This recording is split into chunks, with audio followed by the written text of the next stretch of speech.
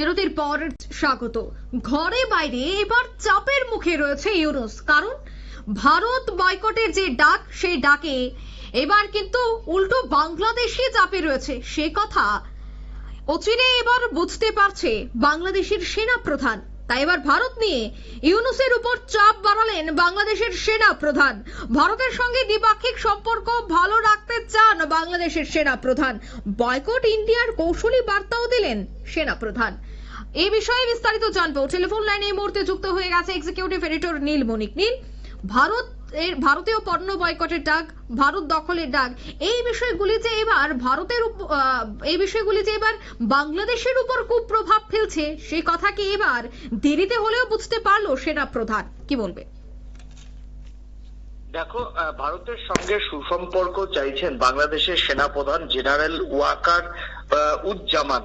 তবে একই সঙ্গে তার যেটা বক্তব্য, দেখো হঠাৎ করে তিনি কেন ভারতের সঙ্গে সুসম্পর্ক চাইলেন, যেখানে তার দেশের ছাত্রদের ক্ষমতায় আসার ব্যাপারে তার যে ভূমিকা, সেই ভূমিকাও কিন্তু খুব একটা ভালো ছিল না। সেই জায়গাতে প্রত্যেকদিনই বয়কট ইন্ডিয়ার পোস্টার, হিন্দুদের সেখানে আক্রমণ এবং সেই সঙ্গে প্রত্যেকদিন ভারতকে গালিগালাজ, ভারতের পতাকাকে অসম্মান, সমস্তটাই কিন্তু বাংলাদেশে হচ্ছে। তার মধ্যেই ভারতের সঙ্গে সুসম্পর্ক চাইছেন বাংলাদেশের সেনা প্রধান জেনারেল ওয়াকার উজ্জামান। তবে একই সঙ্গে তার বক্তব্য, সাধারণ মানুষ যেন মনে না করে যে বাংলাদেশের উপর কর্তৃত্ব করছে ভারত। বাংলাদেশি সংবাদ মাধ্যম প্রথম আলোকে দেওয়া এক সাক্ষাৎকারে এই মন্তব্য করেছেন বাংলাদেশের সেনাপ্রধান। তার মতে বাংলাদেশের জন্য ভারত একটি গুরুত্বপূর্ণ প্রতিবেশী রাষ্ট্র। বাংলাদেশ অনেক বিষয় ভারতের উপর নির্ভর করে, আবার ভারত কিছু ক্ষেত্রে বাংলাদেশ থেকে সুবিধা পায়। এক্ষেত্রে বাংলাদেশের সেনাপ্রধানের কথায় এটা একটা দেওয়া নেওয়ার সম্পর্ক, পারস্পরিক বোঝাপড়ার মাধ্যমে সম্পর্ক এগিয়ে যাবে বলে আশা প্রকাশ করেছেন তিনি। জেনারেল ওয়াকারের বক্তব্য, বাংলাদেশ প্রতিবেশীদের সঙ্গে এমন কিছু করবে না যা সেই দেশে রাষ্ট্রের কৌশলগত স্বার্থের পরিপন্থী। তিনি চান প্রতিবেশী রাষ্ট্রগুলি যাতে তা বিবেচনা করে এবং বাংলাদেশের স্বার্থের পরিপন্থী কিছু না করে। সরাসরি কোনো প্রতিবেশীর নাম উল্লেখ না করে তিনি বলেন, সীমান্তে আমাদের লোকজনকে হত্যা করবে, আমরা প্রাপ্য জল পাবো, এতে তো কোনো অসুবিধা নেই। বাংলাদেশের সেনাপ্রধানের মতে বাংলাদেশ এবং ভারতের দুই দেশের সঙ্গে পারস্পরিক সহযোগিতার ভিত্তিতে সুসম্পর্ক বজায় রাখা প্রয়োজন। তার মতে ভারতের অনেকেই বাংলাদেশে কাজ করছেন, আবার বাংলাদেশের থেকেও অনেকে চিকিৎসার জন্য ভারতে যান, ভারত থেকে পণ্য কিনছে বাংলাদেশ। সেক্ষেত্রে বাংলাদেশের স্থিতিশীলতার সঙ্গে ভারতের স্বার্থ জড়িত রয়েছে বলে মনে করছেন জেনারেল ওয়াকার। শেখ হাসিনা সরকারের পতনের পর থেকে বাংলাদেশের সঙ্গে ভারতের কূটনৈতিক সম্পর্কে টানাপোড়েন তৈরি হয়। বাংলাদেশের ছাত্র আন্দোলনের জেরে গত 5ই আগস্ট পতন হয় আওয়ামী লীগ সরকারের। তারপর থেকেই হাসিনা ভারতে রয়েছেন। হাসিনা বাংলাদেশ ছাড়ার পর তার বিরুদ্ধে একাধিক মামলা রুজু করা হয়েছে, জারি করা হয়েছে গ্রেপ্তারি পরোয়ানা। এই অবস্থায় বাংলাদেশ চাইছে হাসিনাকে সেদেশে ফেরাতে, কিন্তু পাশাপাশি হাসিনা সরকারের পতনে সেদেশের সংখ্যালঘুদের উপর অত্যাচার নিয়ে কিন্তু যথেষ্টই পরিস্থিতি ঘোরালো তৈরি হয়েছে এবং এই মুহূর্তে একাংশ মানুষের উপর ক্ষোভ সঞ্চার হয়েছে। তার টানাপোড়েন আবহে ভারতের বিদেশ সচিব বিক্রম মিস্ত্রি ঢাকায় গিয়ে ইউনিস প্রশাসনের সঙ্গে বৈঠক করেন। বৈঠকের পর দুপক্ষ জানায় তারা একে অপরের সঙ্গে সম্পর্ক চায়, কিন্তু প্রশ্ন হচ্ছে কেন হঠাৎ করে বাংলাদেশের সেনাপ্রধান এইরকম একটা মন্তব্য তিনি একটি বেসরকারি এই প্রথম সারির সংবাদপত্রকে দিলেন।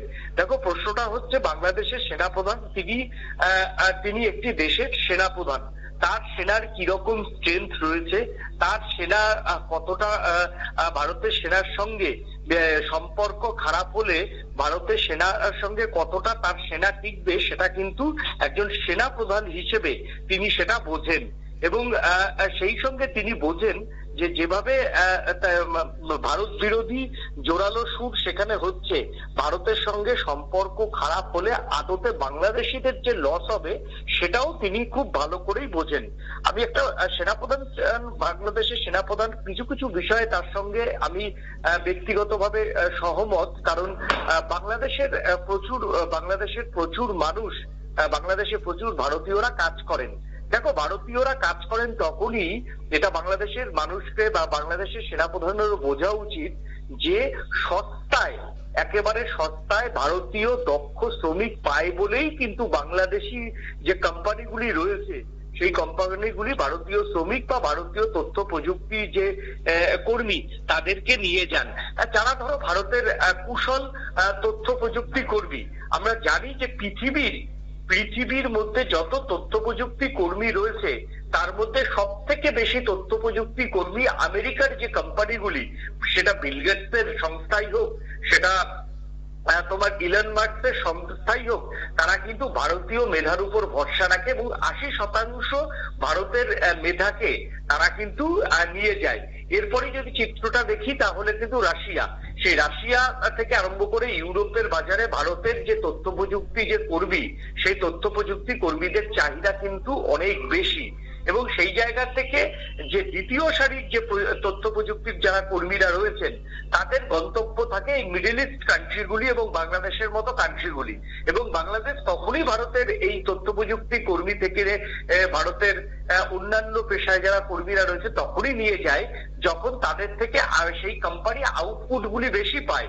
ভারতীয়দের ক্ষেত্রে এক্ষেত্রে কিন্তু কোনো দয়া করে না, ভারতের থেকে বেশি ভারতীয় কর্মীদের থেকে অনেক সস্তায়, এবং সেটা কিন্তু সস্তায় পায় বলেই তাই বলে নিয়ে যায়। এখন যদি চায়না থেকে সস্তায় দক্ষ শ্রমিক ঢাকার কোম্পানিগুলো পায়, নিশ্চয়ই তারা ভারতকে এই ব্যাপারে স্পেয়ার করবে না, ভারতের মানে মেধাস্বত্বকে তারা নেবে না। তারা চায়না বা তারা পাকিস্তান বা তারা শ্রীলঙ্কা বা তারা নেপাল বা তারা ভুটান বা তারা মালয়েশিয়া এই জায়গাগুলো থেকে নেবে। প্রথমেই আমি তার সঙ্গে এই বিষয়ে সহমত নই। ভারতীয়রা তাদের নিজেদের দক্ষতার ছাপ রেখেই তারা সেখানে চাকরি করতে চান, এইটা কোথাও একটা বাংলাদেশের থেকে বুঝতে হবে। অন্যদিকে একেবারেই তিনি ঠিক বলেছেন যে সে শুধু তোমার হচ্ছে ম্যানেজমেন্ট শিক্ষা, ইঞ্জিনিয়ারিং শিক্ষা, স্বাস্থ্য, খাদ্য, বস্ত্র, ওষুধ সবকিছুতেই কিন্তু তারা ভারতের উপর নির্ভরশীল। সেই ক্ষেত্রে ভারত যদি সেগুলোকে এক্সপোর্ট না করে বা যদি খারাপ হয়, দেখো পাকিস্তানেও কিন্তু একটা সময় ভারত কিন্তু আমদানি যে রপ্তানি করত সেই রপ্তানির কিন্তু 100% ভারত করে না। সেই ক্ষেত্রে স্থানীয় বর্ডারে কিছু মানুষের সমস্যা হলেও ভারতের অর্থনীতির কিন্তু কোনো সমস্যা হয়নি, বরঞ্চ ভারত ইউরোপ আফ্রিকার এই দেশগুলিকে, মিডল ইস্ট কান্ট্রির দেশগুলোকে এই পাকিস্তানের দেওয়া যে পণ্য সেগুলোকে পাঠিয়ে বাড়তি ইনকাম করছে। এই জায়গাতেও ভাবতে হবে, একেবারেই তার সঙ্গে আমি একমত, যদি ব্যবসা বাণিজ্য ধাক্কা খায় এই মুহূর্তে ভারতীয় অর্থনীতিতে কিছুটা ধাক্কা খাবে, এ বিষয়ে কোনো সন্দেহ নেই।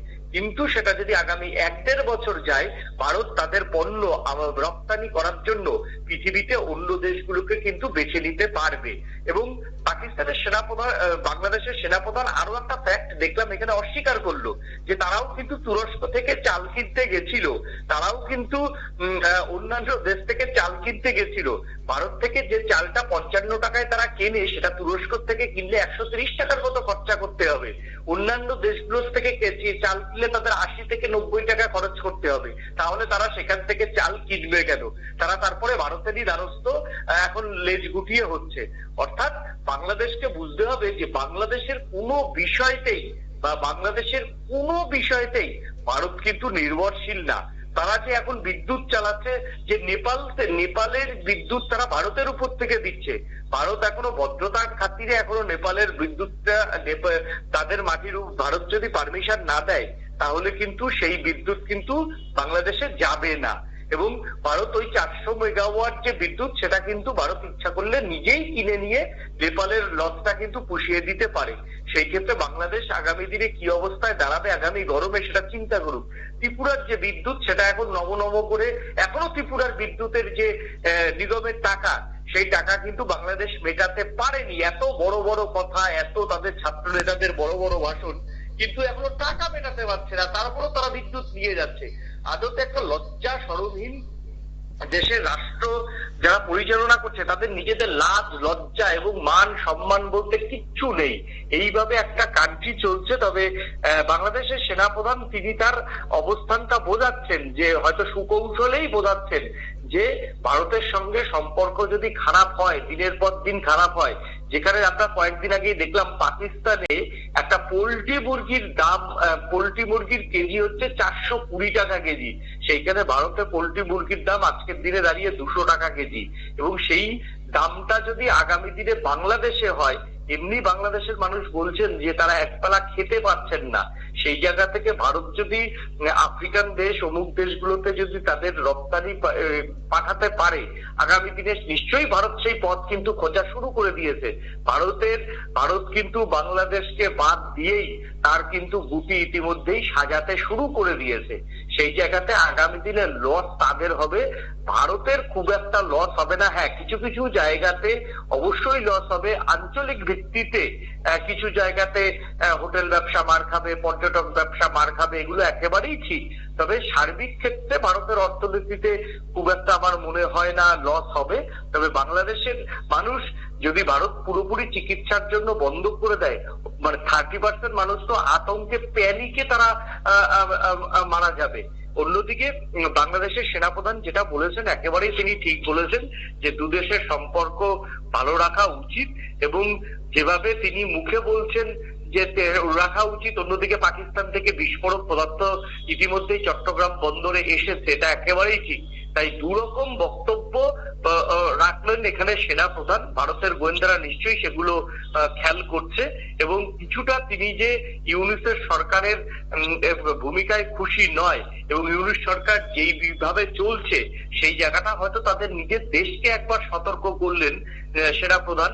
কারণ যে তার দেশ কি পরিস্থিতিতে রয়েছে এবং কোন পরিস্থিতিতে তার দেশ চলছে সেটা তার দেশের সরকারকেই হয়তো একবার বার্তা দিলেন, কৌশলী বার্তা দিলেন যে ঢাকার উপর দিল্লি নিয়ন্ত্রণ করছে না, বরঞ্চ তারা কিভাবে নিজের দেশের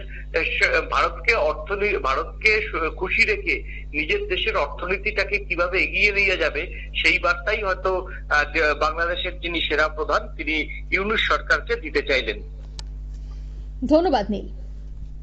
অর্থাৎ দেরিতে হলেও যে হুঁশ ফিরছে এবার বাংলাদেশের, সে কথাই কিন্তু বারবার উঠে আসছে। কারণ সেনা প্রধানের সাথে প্রধান উপদেষ্টা ইউনূসের আলোচনা, আর সেই আলোচনায় ভারতের সাথে যেন সম্পর্ক ভালো হয় সেই বিষয়টা নিয়ে আলোচনা হয়। অর্থাৎ অচিরেই তারা বুঝতে পারছে যে ভারতের সাথে যদি তাদের সম্পর্কে কোনো ধরনের চির আসে বা সম্পর্কের যদি আরো অবনতি হয়, তবে সেক্ষেত্রে আগামী দিনে কিন্তু বাংলাদেশকে দিন গুজরান করতে অনেকটাই খেসারত ভুগতে হবে। নিয়ে নিচ্ছে এই মুহূর্তে ছোট্ট একটি বিজ্ঞাপন বিরতি, সঙ্গে থাকুন।